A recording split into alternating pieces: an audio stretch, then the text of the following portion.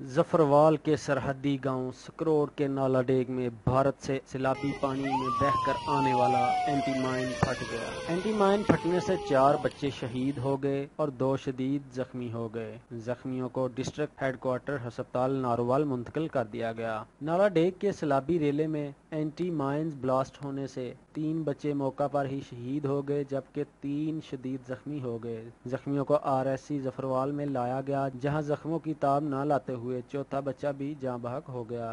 2 زخمی ہونے والے بھائی اور بہن کو DHQ ہسپتال ناروال منتقل کر دیا گیا۔ ریسکیو ٹیم کے مطابق اب تک 4 بچے شہید اور 2 شدید زخمی ہیں۔ شہید ہونے والے بچوں میں مصطفیٰ، سعد، قیوم اور فیاض شامل ہیں۔ پاک آرمی کے لیفٹیننٹ کرنل ریاض مبشر اور اسسٹنٹ کمشنر ظفروال ارشد وٹو بھی اہل خانہ کے گھر پہنچ گئے۔ پاک آرمی کے افسران نے متاثرہ خاندانوں سے اظہار تعزیت کی۔